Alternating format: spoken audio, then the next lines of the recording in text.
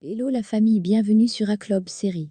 J'espère que vous allez bien, ainsi que tous vos proches.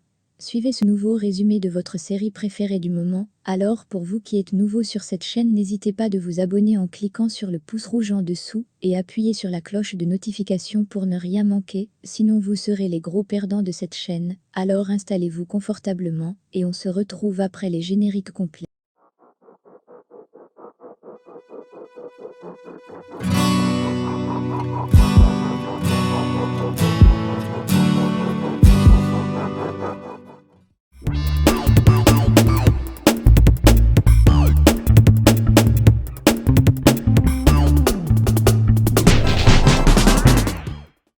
Gonzalo dit à son père qu'il est un être méprisable, qu'il le déteste.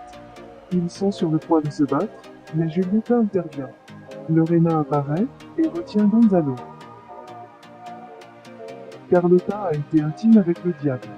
Tous deux déclarent que cela n'aurait pas dû arriver. Le diable commente à Carlota qu'ils devraient discuter. Mais Carlota lui dit que ce n'est pas nécessaire, car rien s'était passé. Martin dit à Madame Eva que ce n'est pas juste, qu'Alicia et lui sacrifient pour les actes de Sergio. Madame Eva déclare, ce n'est pas juste, mais c'est nécessaire, car il y a une fille au milieu qui a besoin de sa mère. Et lui, en tant que père, devrait au moins le comprendre, si son amour est sincère. Yaya apporte un thé à Alicia pour qu'elle puisse se calmer et réaffirmer sa loyauté. Elle déclare, si elle part, ils partent tous avec elle. Alicia la remercie et précise qu'elle est la seule qui part, et qu'elle devrait continuer. Alicia lui demande d'être ses yeux dans cette maison et de devenir comme une mère pour Miranda, parce qu'elle est la seule personne en qui elle peut avoir confiance. Fedora lui demande de rendre la vie impossible à la pute de Julieta et qu'elle ne lui donne même pas 2 mois pour qu'elle sorte par la porte arrière.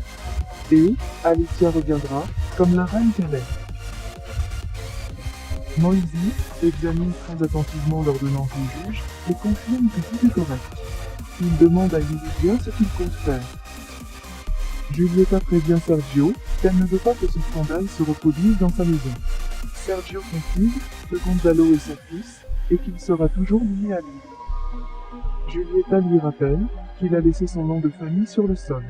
Elle lui dit d'appeler le camion de déménagement et veut que les meubles d'Alicia disparaissent, parce qu'elle ne prévoit pas de vivre dans une musée. Miranda dit à Benito qu'elle ne sait pas de quoi elle devrait se sentir le plus coupable, si c'est le fait que sa mère quitte la maison, ou s'il devrait content que son père revient à la maison. Les hallucinations apparaissent, mais Miranda les confronte, en déclarant qu'elles sont le produit de sa dépression, et les fera disparaître. Nicole et ses complices s'inquiètent qu'elle soit découverte et mise en prison. Ils réfléchissent à ce qu'il faut faire pour effacer toutes les preuves. Samuel a acheté une arme illégalement. Fedora reçut un appel d'un numéro inconnu et il s'avère que c'est Samuel qui l'appelle pour le menacer. Alicia lui conseille de changer son numéro de téléphone. Mais Fedora répond qu'elle est fatiguée de se cacher.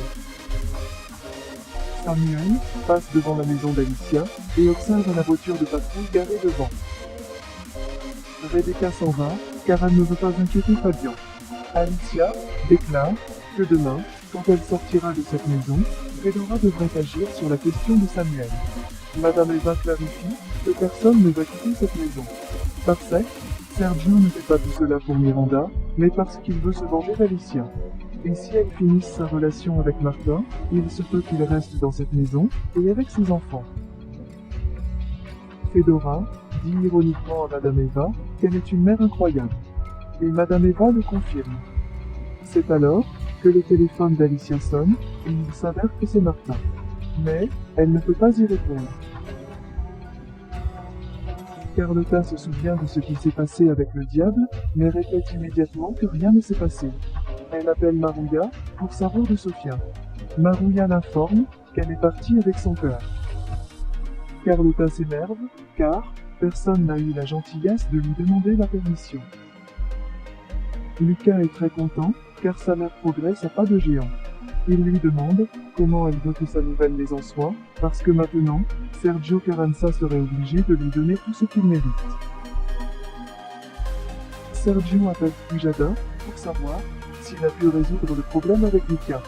Puis Jada l'explique que Lucas veut le jackpot parce qu'il veut son nom de famille. Sergio s'énerve et raccroche. Julieta est prête à sortir et Sergio lui demande où elle va. Julieta répond qu'elle a une rencontre à la chaîne pour son émission. Ce qui irrite Sergio.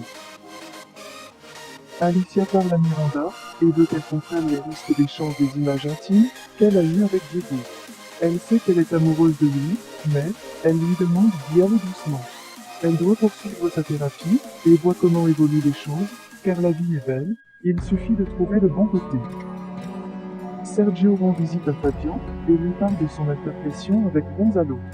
Fabian lui demande s'il pense que ce qu'il a fait était ce qu'il fallait. Faire sortir Alicia de la maison et être loin de ses enfants, parce qu'elle est une excellente mère. Sergio répond qu'elle l'était, mais plus maintenant. Elle se consacre qu'à s'exhiber avec son amant. Fabian lui rappelle qu'Alicia l'avait trouvé en train de l'intimider avec Julieta. Sergio souligne que c'est différent parce qu'il est un homme. Rebecca arrive et salue Sergio comme s'il ne l'avait pas vu depuis longtemps. Il pose des questions sur Alicia et dit qu'il ne l'a pas vue depuis des jours. Sergio lui fait plaisir et Fabian s'effondre car sa femme se dégrade très vite. Fedora appelle Gonzalo pour le prévenir que Samuel l'a contacté et lui demande de prendre soin de lui. Lorena lui demande avec Pilar et l'eau. Gonzalo explique à Lorena qui s'exclame que c'est un gâchis que Samuel soit toujours libre, et que Fedora continue de se mettre entre eux. Tamayo donne la bonne nouvelle à Julieta et dit que son programme a été approuvé et que son producteur sera le diable.